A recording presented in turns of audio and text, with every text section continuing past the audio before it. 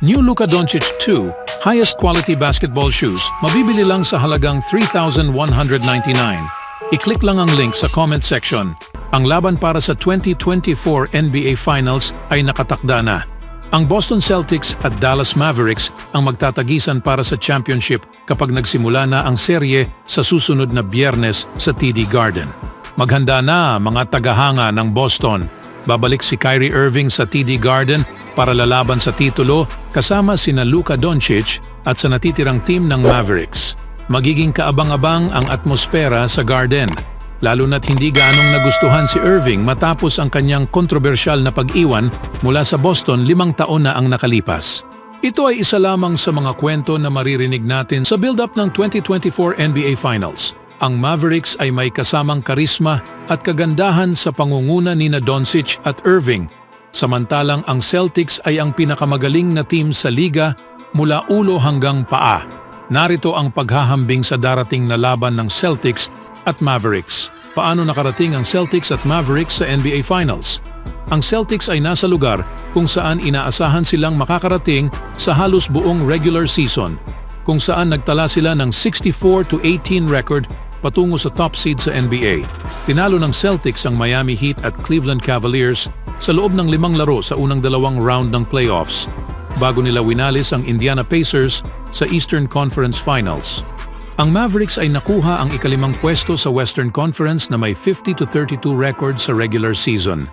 Kinailangan nila ng 6 na laro para talunin ang ika-4 na seed na LA Clippers sa unang round. Natalo sa Game 1 sa road at Game 4 sa home bago manalo sa huling 2 laro ng serye. Sa ikalawang round laban sa top-seeded Oklahoma City Thunder, natalo ulit ang Mavs sa Game 1 sa road at Game 4 sa home bago manalo sa huling 2 laro para makuha ang upset sa serye. Nakaharap ng Dallas ang number 3 seed na Minnesota Timberwolves sa Western Conference Finals, ngunit madaling natapos ang laban sa loob ng 5 laro. Nanalo ang Mavs sa unang 3 laro ng serye sa kabuuang 13 points, bago dinurog ang Wolves ng 21 points sa Game 5 sa Minnesota. Ang Mavericks ay naghahangad na idagdag ang kanilang ikalawang NBA championship sa kasaysayan ng franchise, na ang kanilang unang titulo ay noong 2011.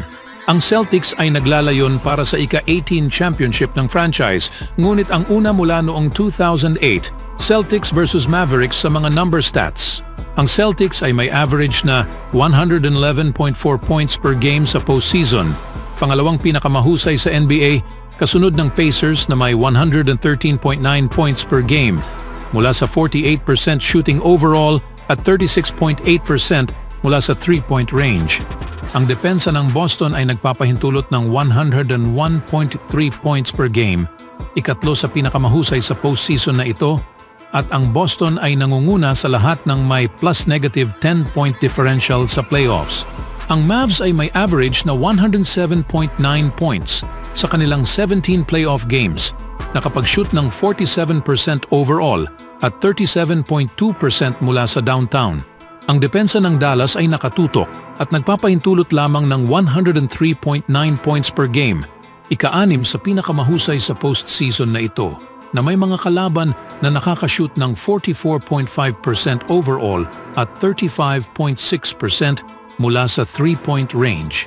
Ang Dallas ay may plus-negative 4 differential para sa playoffs. Si Luka ay ang gifted scorer sa finals, nangunguna sa Dallas sa 28.8 points kada laro mula sa 43.8% shooting at 34.3% mula sa downtown ngayong postseason. Dumagdag din siya ng hindi bababa sa 9.6 rebounds and 8.8 assists kada laro, na may 6 na triple-doubles na naitala sa playoffs. Mayroon siyang 2 laban sa Wolves sa Western Conference Finals at 3 laban sa Thunder sa ikalawang round. Si Irving, isang banta sa lahat ng level ng opensa, ay may 48.5% shooting mula sa floor at 42.1% mula sa 3-point range sa playoffs, na may average na 22.8 points kada laro.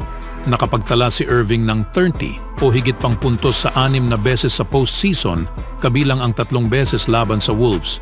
Ang Celtics ay pinangungunahan sa kanilang 2 Jays, na sina Jason Tatum na may average na 26 points kada laro, na may 10.4 rebounds at 5.9 assists. Si Tatum ay may 44.2% shooting overall, ngunit nahihirapan mula sa malayo, na may 29% lamang na shooting sa 3-point range. Sa kabilang banda, si Jaylen Brown ay kahanga-hanga sa playoffs na may 54.1% shooting overall at 36.8% mula sa 3-point range. Siya ay nagbibigay ng 25 points kada laro kasama ang 6.1 rebounds, 2.6 assists at 1.1 steals kada laro. Ang backcourt ng Boston na sina Drew Holiday at Derrick White ay magiging mahalagang mga salik sa seryeng ito sa parehong dulo ng court. Si White ay mula pa sa kanyang game-winning shot sa Game 4 laban sa Pacers at may average na 17.8 points kasama ang 4.1 rebounds, 4.6 assists, 0.9 steals at 1.3 blocks kada laro ngayong postseason. Solid din ang mga numero ni Holiday na may 12.7 points, 5.6 rebounds at 4.6 assists kada laro. Ngunit marami pa siyang nagagawa bukod sa pag-post ng mga numero. Ang kanyang depensa ay magiging susi sa mga pagsusumikap ng Boston na mapigilan sina Doncic at Irving. Celtics versus Mavericks sa regular season. 2 beses nagharap ang Celtics at Mavs sa regular season at parehong nanalo ang Boston. Nanalo ang Celtics sa kanilang laban noong Enero 22 laban sa Mavericks sa Dallas sa score na 119-110. Parehong nagpakitang gilas sina Tatum at Brown para sa Boston. Si Tatum ay may 38 points mula sa 11 for 21 shooting at 11 rebounds, habang si Brown ay may 34 points sa 13 for 22, 4 na assists, 3 rebounds at isang napakagandang crossover laban kay Doncic. Natalo ng Celtics ang triple-double ni Doncic na may 33 points, 18 rebounds at 13 assists para sa Dallas. Ngunit kailangan niya ng 30 shots para makuha ang 33 points na iyon, habang si Irving ay dumagdag ng 23 puntos sa 9 for 20 mula sa floor at 6 na rebounds para sa Mavs. Nanalo ang Celtics ng mas malaking margin nang bumisita ang Mavs sa Boston noong March 1 na nagtapos ng malakas para sa 138-110 na panalo. Matapos gawing 2-point game ng Mavs sa ikatlong quarter, nagsimula ang Celtics ng 21-11 run para lumayo. At pagkatapos ay na-outscore ang Dallas sa 36-20 sa ika-4 na quarter.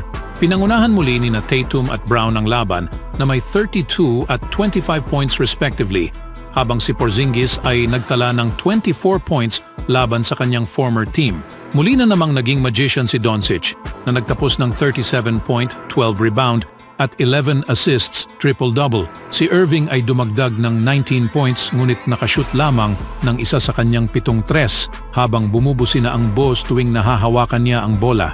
Ang Mavericks ay may napakahusay na offensive backcourt sa pangunguna ni Doncic at Irving, samantalang ang Celtics ay may isa sa pinakamahusay na defensive backcourts sa pangunguna ni Holiday at White. Malamang na si Brown ang aatasang pigilan si Doncic, habang sina Holiday at White ay maghahati sa pagbantay kay Irving. Magiging malaya si Tatum na mag-roam at mag-switch, malamang siya ang magbabantay kay Washington, pero handa ring tumulong sa assignment kay Luka. At kung makakabalik si Porzingis, maghahanda siyang pigilan ang anumang pick and roll ng Dallas. Habang ang focus ay nasa kakayahan ni Tatum at Brown na pantayan ang produksyon ni Luka at Kyrie, ang kaibahan ay maaaring makita sa kontribusyon ng iba pang players sa serye. Ang mga stars ay maaaring magtagumpay sa isa't isa, kaya ang produksyon mula kina Holiday, White at kahit si Al Horford ay magiging mahalaga para sa Celtics. Sa pagpigil sa mga stars ng Dallas, ito ay magiging mahirap para sa depensa ng Boston. Makakakuha ng puntos sina Luka at Kyrie, pero kailangan ng Celtics na pahirapan sila para makuha ang mga puntong iyon. Isa pang 33-point na laro mula kay Doncic na nangangailangan ng 30 shots ay malamang hindi sapat sa finals. Ang head coaching matchup ay isang kapanapanabik din. Kasama si Joe Mazzulla, maganda ang postseason ni Mazzulla sa pangkalahatan at makakaharap niya ngayon si Jason Kidd na magko-coach din sa kanyang unang NBA Finals. Nakuha ni Kidd ang kanyang nag-iisang sing-sing bilang player kasama ang Mavericks noong 2011. Sa matchup na ito, sa lahat ng siyam na mga NBA analyst, tanging 3 lamang ang nakuha ng Dallas mula kay O'Neal, Greg Anthony at Michael Wright. Samantalang ang Boston ay nakakuha ng 6 na boto.